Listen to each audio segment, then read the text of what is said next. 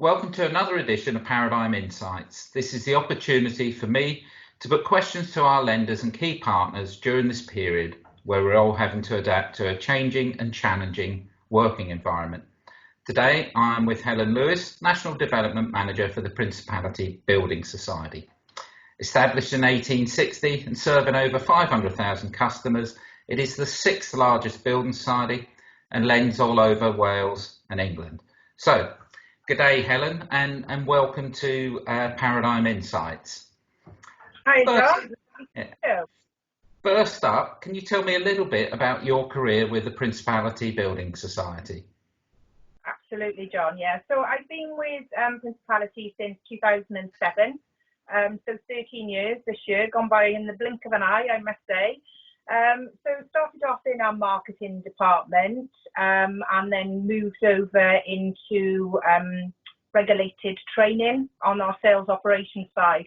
So that was essentially dealing with the mortgage advisors, mortgage consultants who are coming in new to the business and training them on the mortgage side and life insurance.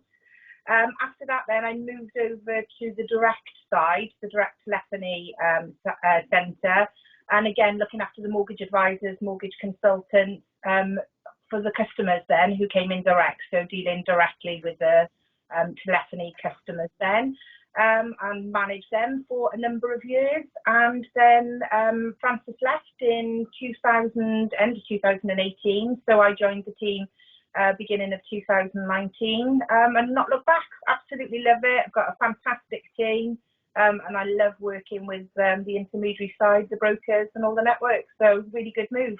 Yeah, well, that's good to hear, and obviously quite a varied career with the Principality at your time there. Lots of the different parts of the business, which I think is good because it, if there's ever any queries or anything like that, it puts me in good stead in terms of knowing who to contact and what have you. So good place to work. Yeah, cool. So as a building society, do you think you've faced any particular challenges during the lockdown that maybe bank lenders have not had to face? I don't know if there's specifically other than bank lenders, but I guess probably one of the biggest challenge, probably like majority of financial institutions, has been mobilising all of our colleagues to be able to work remotely. Obviously, we've got our branch staff, we've got our head office staff, and then we've also got the people who were in the Friary Centre who were working on our technology transformation, and we've literally had to get all of the ones from head office and the Friary into a working location from home. So that's been a massive change for our IT department, whilst making sure that both our members and our intermediary channels have been serviced and are still getting the service that they're absolutely used to from Principality. So yeah, that's been a big challenge for us. I think also sort of from a technology point of view, we've been more agile in our valuation approach. So we're undergoing technology transformation rollout, which will enable us to do valuations more remotely.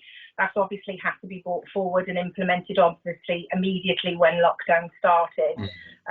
Able to do the desktop valuations and make sure that all our service and everything like that was protected. So from the brokers, the underwriters, the intermediary team, making sure that we can still service all that market.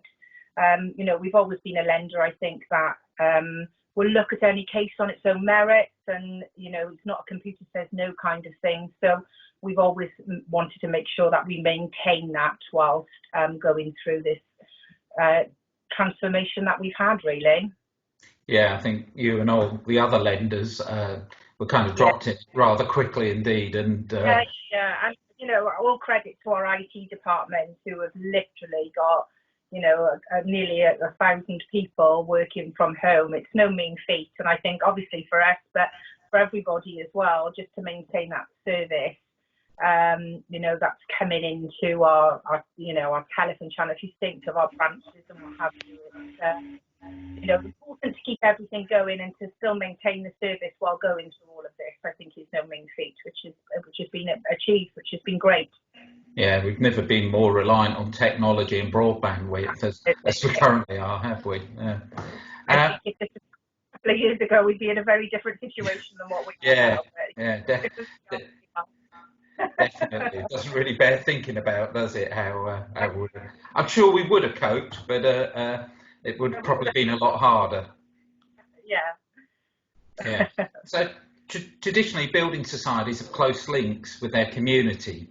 With Wales in lockdown, what sort of support is the Principality involved in during this period? Yeah, I mean, supporting our communities is at the heart of everything that we do in Principality. And I think is, again, a great credit that apart from one branch, all of our other branches have been open, which we feel is really important to support the communities. The elderly and the vulnerable. And I've got to say, our branch staff, all our staff have been fantastic, but our branch staff especially, have been making phone calls to vulnerable customers and elderly customers, some people who haven't spoken to people in maybe a couple of weeks or what have you, checking they're okay. And even in some instances, we've had getting in the car and delivering cash to them, which is, Right. when you needed money and what have you, and haven't been able to get out of the house. So they've absolutely really gone above and beyond to support our local communities, which is fantastic to hear, little stories like that. I think also from us, we're really committed to supporting our charity partners. We partner with two, which is Alzheimer's Society Cymru and Teenage Cancer Trust Cymru as well. At the start of all of this, we donated £60,000 to both of those charities, which was split equally between them. Obviously it's really important for people who are going through dementia, going through cancer, to still have the same kind of support that they have when it's during this terrible time. So for us, we wanted to make sure that we did that, to make sure that these really worthwhile charities can continue to give support to the communities and the people who really need them. I suppose on a lighter note and a bit more fun note, we've also launched a grassroots rugby. And we've launched a club quiz house, which is a chance for a local rugby club to be able to have their local quiz night hosted by the legend that is Nigel Owens. And that's running this week. So yeah, really nice. And we've had over 400 entries so far, so that'll be really good. And I think, again, a lot of the rugby clubs in Wales, they went through masses of problems earlier in the year with all the floods we had. Yes. So I think for them to be able to get involved and do something which is a little bit more fun as well has been good. So yeah, we're absolutely still massively committed to our communities during this time. They all sound very worthwhile initiatives, and I would imagine Nigel Owens makes an excellent quiz master as well, and no arguing with him over the answers. You wouldn't want to argue with him, would you? No. He knows how to cut you off very nicely. Yes. Yeah. So, in terms of products, then Helen, which ones have you seen to prove most popular these last 7 weeks since sort of lockdown began? I think one of the things that's probably proven most popular, to be honest, John, is our retentions product. We've got a real easy retentions product. Obviously, that's more prevalent for the brokers. It's something that they can, quickly look at their back book and have a look at. We've got a 3-stage process, which is very, very quick and simple. And a lot of the brokers comment on how easy and simple our process is. From their point of view as well, we pay the 0.20% in terms of the product fee. They can do the payment holiday and the switch together to stop the customer from having to revert onto SVR. And we've also enhanced some of our ERC products as well. So if the customer is potentially looking at remortgage when this is over and just wants something to go on before they roll on to SVR, then we've also enhanced them products that they could go on to as well. But really, we've been sort of just trying to focus on servicing, obviously, the customers, keeping brokers informed.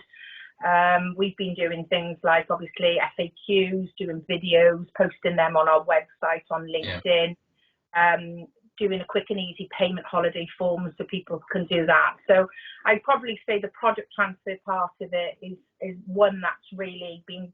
We've seen the biggest increase from a broker point of view, which is good to see, and obviously it's something that's quick and easy that they can do. And in a year where there's an awful lot of maturities, it's great for the brokers to be able to utilise that. Yeah, we've all at times on the distributor side and on the broker side in the last few years sort of complained, shall we say, about the level of prop fee for PTs, but thankfully, as you say, it is going to be quite a big year this year for PTs. Yeah. And in the current climate, it's still bringing income into the business and can, you know, suits itself to being transacted remotely. So, you know, the advice we've been given to brokers is, you know, do as many of those as you can while you can. You know, you're not the only lender that's reported that the increase, the percentage of PTs for intermediaries is on the up at the moment. Yeah, and like I said, you know, for us personally, there's only 3 stages. It's so simple and easy. I guess for brokers if they have got anybody maturing. So yeah, have a look at the website, or you know, get the brokers to have a look at the website so that it's really quick and easy to do. Okay, good. So with the ongoing uncertainty around COVID-19 and possible future occurrences, do you think the society will be more cautious in their lending practices in the future, Helen? I'm hoping not. I mean, our strategy broadly remains unchanged at the moment, John. The mortgage growth is on plan. We've had some brilliant feedback service that we're giving, which has been reflected in our May score, which was the highest it has. So from that point of view, I would hope not. You know, as previously mentioned, we're working in a more agile way with the market changing so frequently. So supporting our current mortgage customers is key. And new business is going to be a focus for us as soon as we come out of lockdown. So, you know, we're hoping to ensure that we adapt our lending criteria to support the people in the homes. So I'm hoping not. Well, I think you and a lot of other people. Yeah. As well. So finally, Helen, and this is the question I put to everyone, is there any particular advice you would give to brokers during this period of lockdown? Well, it's a question, isn't it? I think, you know, with us all working from home, I think for me, what I've personally had to do is really try and make sure you maintain that work-life balance, because I think, you know, when, you know, the office is in the bedroom, it's so easy to pop in and check your email out of hours or early in the morning, late at night, work through your lunch and what have you. So I think for me personally, it's been trying to maintain that work-life balance and make sure that you're quite strict with yourself on that. I, you know, looking, your mental health has got to come into it, hasn't it? You know, and I think we've been quite lucky with the weather, so making sure you get outside as much as you can, take that hour of exercise. And you know, my poor little dog hides now when he sees the lead coming out. He keeps that with me and my husband, bless him. But I think, you know, I think for both you and I, we've been in the business a long time, and I think anything like this always hits financial service quite hard. I think the good thing to always say is we do always come out of it and come out of it stronger, and people will always want to move home. They'll always want to change rates. You know, they'll always want to borrow more money, and they'll always need a broker there to help them with that.